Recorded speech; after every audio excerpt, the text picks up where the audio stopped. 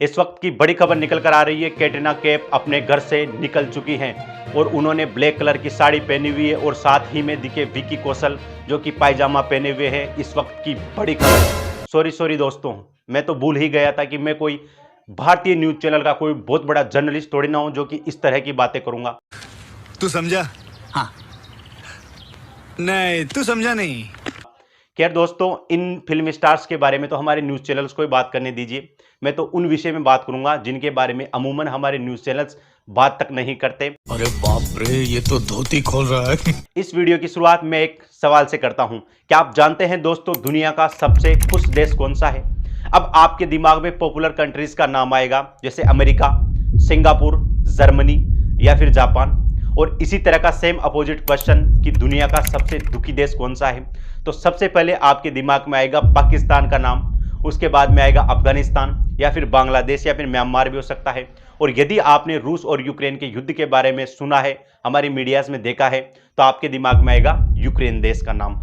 लेकिन मैं कहूं कि आपके दोनों ही अनुमान गलत हैं, क्योंकि हाल ही में सस्टेनेबल डेवलपमेंट सॉल्यूशंस नेटवर्क नाम की एक संस्था ने वैश्विक खुशहाली रिपोर्ट जारी की है और इस रिपोर्ट में दुनिया के सबसे खुशहाल देशों की सूची में इनको नंबर 1 पर रखा गया है और वहीं दुनिया के सबसे दुखी देशों की सूची में अफगानिस्तान को सबसे नीचे रखा गया है। अब आप भारत की स्थिति को लेकर के बहुत एक्साइटेड होंगे कि भारत का स्थान इस रिपोर्ट में कहां है। तो ज्यादा खुश मत होइए दोस्तों, क्योंकि 137 देशों की इस रिपोर्ट में भारत को 126वां स्थान प्राप्त हुआ है, यानी कि भारत भी एक दुखी देशों की सूची में शामिल है। और लेकिन सबसे मजेदार बात यह, जिसको सुनकर के आपको लगेगा कि यह तो रिपोर्ट ही फर्जी है, हमारा पड़ोसी देश जिसे हम भूखा नंगा पाकिस्तान कहते हैं, वो इस रिपोर्ट में भारत से अच्छी स्थिति में है। यानी कि भारत के लोगों से ज्यादा खुश पाकिस्तान के लोग हैं। जहां पर आतंकवाद चरम स्तर पर बना रहता है, जहां पर हमेशा से इकोनॉमिक क्राइसिस चला रहता है, भिखारी की तरह वो दुनिया भर में कटोरा लेकर के घूमते रहते हैं, उस देश के लोग भारत से ज्यादा खुश हैं। और यही नहीं, हमारा पड़ोसी देश बांग्लादेश इस रैंक में भारत से काफी अच्छी स्थिति में है। म्यांमार, श्रीलंका तो यहां तक कि श्रीलंका में तो अभी इकोनॉमिक क्राइसिस देखने को मिला था बहुत बड़ा। लोगों के द्वारा राष्ट्रपति के घर में घुस गए थे और वहां पर जितने भी सामान थे उन पर कब्जा कर लिया था। वो देश भारत में इस सूची में ऊपरी स्थान पर है। तो आप लोग अब तक इन सब बातों को सुनकर के समझ गए होंगे कि ये रिपोर्ट फर्जी है। लेकिन दोस्तों रुकिए, क्योंकि ये रिपोर्ट फर्जी है या नहीं है, इसका पता तो तभी चल पाएगा जब हमें पता लगेगा कि ये रिपोर्ट बनाई किस तरह से गई है, क्या इसके सोर्सेज हैं, क्या इसके क्राइटेरिया लिए गए हैं जिसके आधार पर ये रिपोर्ट तैयार की है। तो आइए जानते हैं इस वीडियो में कि वैश्विक खुशहाली रिपोर्ट को तैयार करने के लिए इस संस्था के द्वारा किस तरह के क्राइटेरियाज को लिया गया है। वर्ल्ड हैप्पीनेस रिपोर्ट को तैयार करने के लिए मेनली 6 क्राइटेरिया पर फोकस किया गया है। पहला है जीडीपी पर कैपिटा, यानी कि प्रत्येक व्यक्ति की यहाँ पर आय कितनी है। दूसरा है हेल्थी लाइफ एक्सपेक्टेंसी, यानी कि इस देश के लोग औसतन कितनी उम्र तक जीते हैं। तीसरा है जेनरियोसिटी, यानी कि इस देश के लोग कितने रुपए दान करते हैं। और चौथा है सोशल सपोर्ट, यानी यहाँ के लोगों को सोशल सपोर्ट मिलता है या नहीं मिलता है। और पांचवा है परसेप्शन ऑफ करप्शन, यानी यहाँ के लोगों की करप्शन को लेकर के क्या धारणाएं हैं। और छठा है चॉइस ऑफ फ्रीडम, यानी कि आपको अपनी मनपसंद की चीजें चुनने का अधिकार है या नहीं है। मेनली इन 6 क्राइटेरिया को ध्यान में रख करके इस रिपोर्ट को तैयार किया जाता है। इस रिपोर्ट के 2 क्राइटेरिया जीडीपी पर कैपिटा और हेल्दी लाइफ एक्सपेक्टेंसी के बारे में हमारे पास में सॉलिड डेटा अवेलेबल है, यानी किसी देश की प्रति व्यक्ति जीडीपी कितनी है ये हम फॉर्मूले के माध्यम से निकाल सकते हैं और इसका जो भी रिजल्ट आएगा उसकी एक्यूरेसी की संभावना बहुत ज़्यादा होती है। उसी तरीके से हेल्दी लाइफ एक्सपेक्टेंसी, यानी कि जीवन प्रत्याशा, यानी कि इस देश के लोग औसतन कितनी उम्र तक जीते हैं, इसका डेटा हमें वर्ल्ड हेल्थ ऑर्गेनाइजेशन की वेबसाइट पर मिल जाएगा, जो कि वहाँ पर अवेलेबल है। और ये डेटा भी एक मैथमेटिकल कैलकुलेशन के माध्यम से निकाला जाता है। इसमें गलत होने की संभावनाएं बहुत कम रहती हैं। लेकिन जो लास्ट के 4 क्राइटेरिया हैं जो इसमें लिए गए हैं, उसमें सब्जेक्टिविटी आने का स्कोप बहुत ज़्यादा होता है, क्योंकि ये क्राइटेरिया जो है वो मैथमेटिक कैलकुलेशन के आधार पर नहीं निकलता। आपको किसी समाज में सपोर्ट मिल रहा है नहीं मिल रहा है, ये किसी मैथ के सूत्र से तो निकलने वाला है नहीं। तो इसके लिए ये संस्था क्या करती है कि जो भी देश होता है जिसमें इसको सर्वे करना होता है, उस देश में 1000 से लेकर के 3000 लोगों का चयन किया जाता है। और ये चयन अलग अलग उम्र के आधार पर किया जाता है। कुछ में इसको 18 साल के लोगों को लिया जाता है और फिर 20 साल के लोगों को या फिर 25 के 50 के इस तरह के जो वेरियस सैंपल हैं वो इसमें कलेक्ट किए जाते हैं। उसके आधार पर इन लोगों को चयन किया जाता है और फिर इन लोगों से प्रत्येक क्राइटेरिया को लेकर के सवाल पूछे जाते हैं। जैसे हमने बताया कि पहले 2 क्राइटेरिया के बारे में तो आपको इस गवर्नमेंट वेबसाइट से आपको पता लग जाएगा या WHO की वेबसाइट से पता लग जाएगा, और बाकी 4 क्राइटेरिया को वेरीफाई करने के लिए ये कुछ सवाल पूछते हैं। जैसे सोशल सपोर्ट को लेकर के पहला सवाल किया जाता है कि जब भी आपकी लाइफ में कोई मुसीबत आती है तो आपके रिश्तेदार, आपके परिवार और आपके दोस्त आपकी कितनी मदद करते हैं। और इसका जवाब आपको ऐसा नहीं देना है कि हाँ मदद करते हैं, नहीं मदद नहीं करते।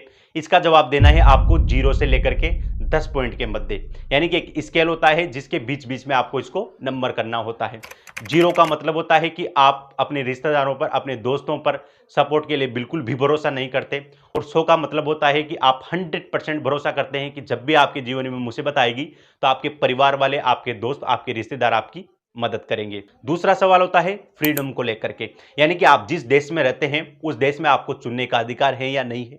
क्या आप अपने मनपसंद के करियर में जा सकते हैं? क्या आप अपने मनपसंद के धर्म को मान सकते हैं? या फिर आप अपने मनपसंद के कपड़े पहन सकते हैं, अपने मनपसंद का खाना खा सकते हैं, आपकी जहां इच्छा हो वहां पर क्या आप घूम सकते हैं? इस तरह के सवाल पूछे जाते हैं फ्रीडम को लेकर के, और इसका जवाब भी आपको उसी स्केल पर देना होता है 0 से लेकर के 10 तक। 0 जो है वो इसकी सबसे वर्स्ट कंडीशन है और 10 इसकी सबसे बेस्ट कंडीशन है। तीसरा सवाल जो कि पूछा जाता है जेनरियोसिटी को लेके, यानी कि उदारता को लेकर के। इसमें सवाल पूछा जाता है कि क्या पिछले महीने आपने कितने रुपए दान किए, क्योंकि इस रिपोर्ट में जो एक्सपर्ट्स हैं उनका मानना है कि दान वही व्यक्ति करेगा जो कि खुश होगा, और एक ये साइंटिफिकली प्रूफ है कि दूसरों को खुशी देने के पश्चात व्यक्ति स्वयं को काफी प्रसन्न चित्त महसूस करता है। इसलिए यह सवाल इस रिपोर्ट में इंपॉर्टेंट हो जाता है। और लास्ट चौथा सवाल पूछा जाता है परसेप्शन ऑफ करप्शन को लेकर के, और इसमें सवाल यही होता है कि क्या आपको लगता है कि पूरे देश की सरकार में करप्शन के पैर बहुत बुरी तरीके से पसर चुके हैं? पूरे देश की सरकार में करप्शन आपके लिए बहुत ज्यादा है? तो इस तरह के सवाल पूछे जाते हैं और इसका जवाब भी आपको 0 से लेकर के 10 तक दिया जाता है।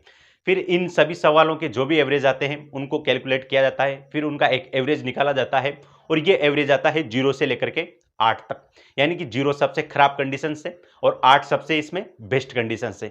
अगर मैं बात करूं दुनिया के सबसे खुशहाल देश की यानी कि फिनलैंड की, तो फिनलैंड का स्कोर इस रिपोर्ट में 7.8 आता है।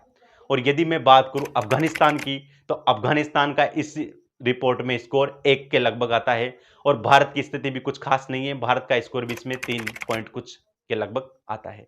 लेकिन इस तरह की रिपोर्ट जब भी तैयार की जाती है तो सबसे बड़ी चुनौती यही आती है इसकी एक्यूरेसी को लेकर के, क्योंकि जिस तरह के इसमें क्राइटेरिया लिए गए हैं उसमें सब्जेक्टिविटी आने का स्कोप बहुत ज्यादा होता है। जैसे हम क्राइटेरिया वाइज बात करें तो जीडीपी पर कैपिटा के मामले में जो सबसे टॉप कंट्रीज हैं वो है लग्जमबर्ग और आयरलैंड। ऑब्वियसली इन देशों की जीडीपी बहुत हाई है, और जब भी जीडीपी निकाली जाती है तो एक मैथमेटिक कैलकुलेशन के माध्यम से निकाली जाती है, इसलिए इस क्राइटेरिया में गलती होने की संभावना बहुत कम होती है। दूसरा क्राइटेरिया है हेल्थी लाइफ एक्सपेक्टेंसी, जिसमें सबसे टॉप पे आते हैं जापान और दूसरा आता है सिंगापुर। तो ये भी एक WHO की साइट के माध्यम से फैक्चुअल डेटा होता है और इसमें भी गलती होने की संभावना कम होती है, इसलिए दोनों डेटा पर कोई दिक्कत नहीं है। लेकिन हम जैसे ही बात करते हैं तीसरे क्राइटेरिया की, जेनरियोसिटी की, तो इसमें पहले नंबर पर नाम आता है इंडोनेशिया का। तो क्या आपको लगता है कि इंडोनेशिया के लोग सबसे ज्यादा रुपए दान करते हैं? अब देखिए दो चीजें हैं कि क्या इंडोनेशिया के लोग सबसे ज्यादा रुपए दान करते हैं या फिर इंडोनेशिया के लोग मानते हैं कि वो सबसे ज्यादा रुपए दान करते हैं। इन दो बातों में अंतर है, क्योंकि ऐसा हो सकता है इस रिपोर्ट में कि उस देशों के लोगों को लगे कि वो दान बहुत ज्यादा कर रहे हैं और उनकी रैंकिंग अच्छी आई, इसलिए इसमें हमेशा इंडिविजुअल के परसेप्शन पर ये क्राइटेरिया डिपेंड हो जाता है। उसी तरीके से चौथा क्राइटेरिया है परसेप्शन ऑफ करप्शन। अब करप्शन को लेकर के सबसे टॉप पर जो कंट्रीज आती हैं वो आती हैं बुल्गारिया और रोमानिया।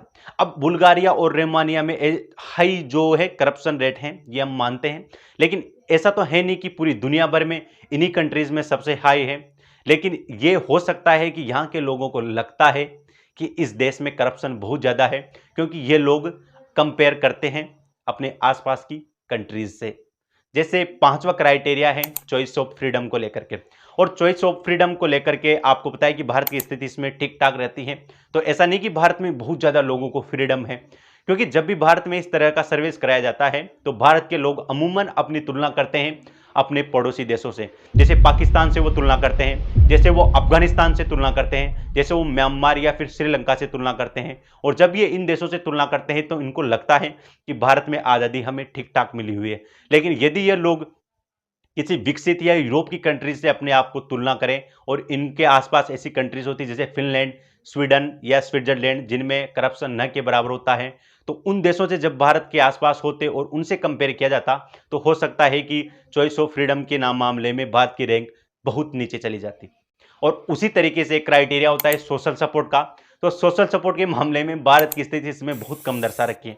इसका मतलब ये नहीं है कि भारत के लोगों में जो सोशल सपोर्ट की भावना नहीं है, भारत की फैमिलीज या फिर दोस्त या रिश्तेदार मुसीबत के समय एक दूसरे की मदद नहीं करते हैं। ऑब्वियसली करते हैं, लेकिन जब ये रिपोर्ट तैयार की जाती है, लोगों का सर्विस कराया जाता है, तो ये हो सकता है कि लोगों की एक्सपेक्टेशंस ज़्यादा हो और उस हिसाब से उनको मदद नहीं मिल पाई हो, इसलिए इस क्राइटेरिया में भारत को लो स्कोर मिलता है। इसलिए जब भी इस तरह की रिपोर्ट तैयार की जाती है तो उसमें इस तरह की सब्जेक्टिविटी आने का स्कोप बहुत ज़्यादा होता है, क्योंकि ये डिपेंड करता है कि आपकी लोकेशंस कहाँ हैं, कि आपके आसपास के देश कौन से हैं। और जब आप एक कंट्री में रहते हो और अपने आसपास के पड़ोसी देशों को देखते हो, उसी के हिसाब से आपका परसेप्शन बनता है सवालों का जवाब देने के लिए। तो इस तरह की रिपोर्ट को पूरी तरीके से एक्यूरेट मानना सही नहीं है।